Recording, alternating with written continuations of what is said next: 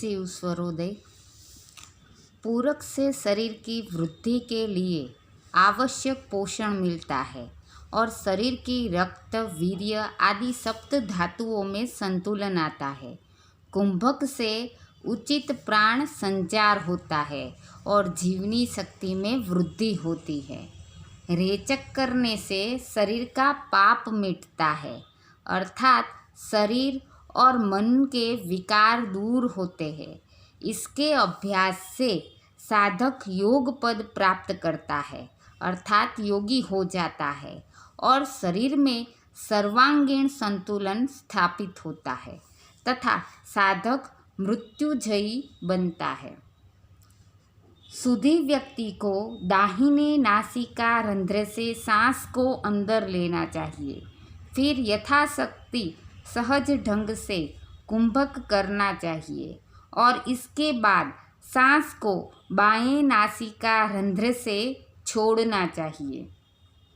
जो लोग चंद्र नाड़ी से सांस अंदर लेकर सूर्य नाड़ी से रेचन करते हैं और फिर सूर्य नाड़ी से सांस अंदर लेकर चंद्र नाड़ी से उसका रेचन करते हैं, वे जब तक चंद्रमा और तारे रहते हैं तब तक जीवित रहते हैं, अर्थात दीर्घजीवी होते हैं। यह अनुलोम विलोम या नाड़ी शोधक प्राणायाम की विधि है। अपने शरीर में जो नाड़ी प्रवाहित हो रही हो उससे सांस अंदर भरकर और मुंह बंद कर यथाशक्ति आंतरिक कुंभक करने से वृद्ध भी युवा हो जाता है। मुख, नासिका, कान और आँखों को दोनों हाथों की उंगलियों से बंद कर स्वर में सक्रिय तत्व के प्रति सचेत होने का अभ्यास करना चाहिए। इस अभ्यास को षणमुखी मुद्रा कहते हैं। जो योगी इस मुद्रा का प्रतिदिन अभ्यास करता है वह तत्वों के आकार, गति, स्वाद, रंग और लक्षण को पहचानने में सक्षम हो जाता है। इससे उसके पास स्वास्थ्य और सफल संपर्क स्थापित करने की क्षमता आ जाती है। आशा और कामनाओं से मुक्त योगी चिंता रहित होकर संसार में रहते हुए भी उससे निर्लिप्त रहता है।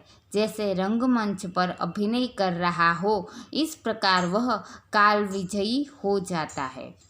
विश्व को जानने वाली आद्य शक्ति योगी को अपने नेत्रों से दिखाई देती है, अतएव योगी को अपने मन को उसी में स्थिर करना चाहिए। इसके पूर्व प्राणायाम आदि के बताए साधनों का अभ्यास करने वाले साधक की आयु 3 घटी रोज बढ़ती है।